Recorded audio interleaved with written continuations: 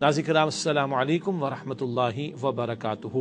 قرآن حکیم میں 18واں پارہ اور اس کے آغاز میں سورۃ المؤمنون ہے۔ سورۃ المؤمنون کے شروع میں اللہ سبحانہ وتعالی نے ارشاد فرمایا قد افلح المؤمنون، یقیناً فلاح پا گئے ایمان والے، الذین هم فی صلاتہم خاشعون، وہ جو اپنی نمازوں میں خشوع کی کیفیت اختیار کرنے والے ہیں۔ پہلی بات، فلاح پائیں گے ایمان والے، لیکن ایمان محض دعویٰ اس کا کافی نہیں، اس کا عملاً ثبوت پیش کرنا بھی ضروری ہے۔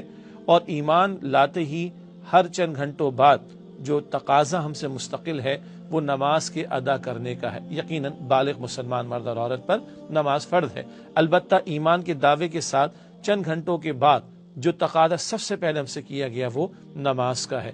البتہ یہاں بتایا جا رہا ہے کون سے ایمان والے فلاح پائیں گے، جو نمازوں میں خشوع اختیار کرتے ہیں۔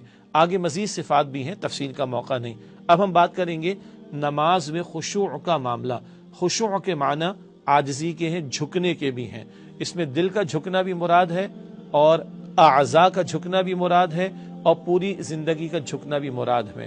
نماز میں خشوع ہوگا تو فلاح پائیں گے ایمان والے۔ تو دل کا جھکنا کیا ہے؟ دل میں اللہ کی محبت بھی ہو، اللہ کی عظمت بھی ہو، اللہ کی خشیت بھی ہو، اللہ کا خوف بھی ہو، اور جب نماز میں بندہ کھڑا ہو تو اللہ رب العالمین کی عظمت دل میں ہونی چاہیے۔ اعضاء کا جھکنا تو معروف ہے، بندہ رکوع بھی کرتا ہے، سجدہ بھی کرتا ہے۔ پوری زندگی کا جھکنا کیا ہے؟ جس نماز میں اللہ کو بڑا مانتے ہو اس اللہ کو نماز کے بعد بھی بڑا مانو۔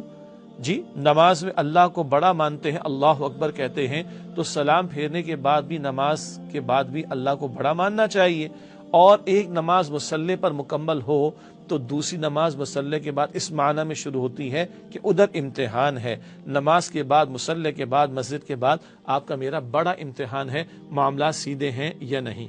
اور پوری زندگی کا جھکنا یہی ہے کہ جس رب کو نماز میں بڑا مانتے ہو پوری زندگی میں اس کو بڑا مانو اور مرتے دم تک اس کے مسلم یعنی فرما بردار رہو۔ وَلَا تَمُوتُنَّ إِلَّا وَأَنْتُمْ مُسْلِمُونَ، اور تمہیں موت آئے تو اسلام کی حالت پر آئے۔ سورہ ال عمران آیت نمبر 102 میں یہ بات آئی۔ اب نماز میں یہ جھکنا دل کا، اعضاء کا، اور یہ پھر یہ کیفیت پیدا ہو کہ پوری زندگی جھکنے کے لیے بندہ تیار ہو، اس کے لیے بہت اہم بات یہ ہے کہ نماز میں توجہ بڑھنی چاہیے۔ ہم نماز میں جو تلاوت کر رہے ہیں ٹھہر کر تلاوت کریں، جو الفاظ پڑھ رہے ہیں اذکار کے اور دعاؤں کے، مثلا سبحان ربی الاعلی، سبحان ربی العظیم، سوچ کر پڑھیں۔ تلاوت کریں الحمدللہ، سوچ کر تلاوت کریں، تھوڑا ٹھہر کر۔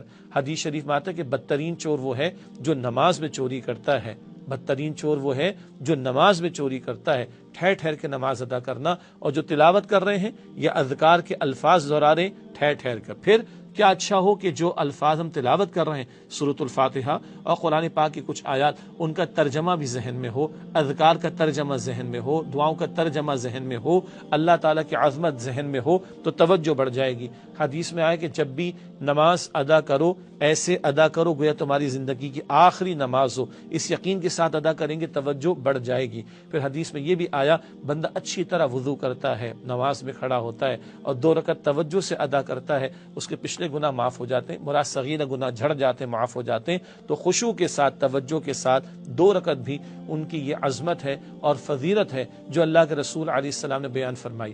آج اکثر و بیشتر توجہ کا معاملہ نہیں، غفلت کا معاملہ ہو جاتا ہے۔ کوئی نماز میں کھڑا ہے، ہاتھوں کو باندھ رہا ہے، کھول رہا ہے، کوئی ٹوپی سیدھی کر رہا ہے، کوئی داڑھی سے کھول رہا ہے، کوئی لائٹس کو دیکھ رہا ہے، کوئی برابر والے کو دیکھ رہا ہے۔ کدھر بھائی؟ اللہ رب العالمین کے سامنے کھڑے ہو، اس کی عظمت کا احساس ہونا، یہ یقین کہ شاید یہ احساس کہ شاید اس کے بعد پھر اللہ کے سامنے کھڑا ہونے کا موقع نہ ملے، رکوع سجود کو اطمینان سے ادا کرنا، اور جو تلاوت کر رہے ہیں سمجھ کر یعنی توجہ سے ادا کرنا، ٹھہر ٹھہر کر اور سمجھ کر ادا کرنا، اذکار اور دعاؤں کو بھی یہ کیفیات ہوں گی تو نماز میں خشوع بڑھ جائے گا۔ اور کامیابی ان ایمان والوں کے لیے ہے جو صرف نمازی نہیں ہیں بلکہ وہ نمازی ہیں جو اپنی نمازوں میں خشوع اختیار کرنے والے ہیں۔ اللہ ایسے ہی نمازیوں میں ہمیں بھی شامل فرمائے، آمین یا رب العالمین۔ وآخر دعوانا ان الحمد للہ رب العالمین، والسلام علیکم ورحمۃ اللہ وبرکاتہ۔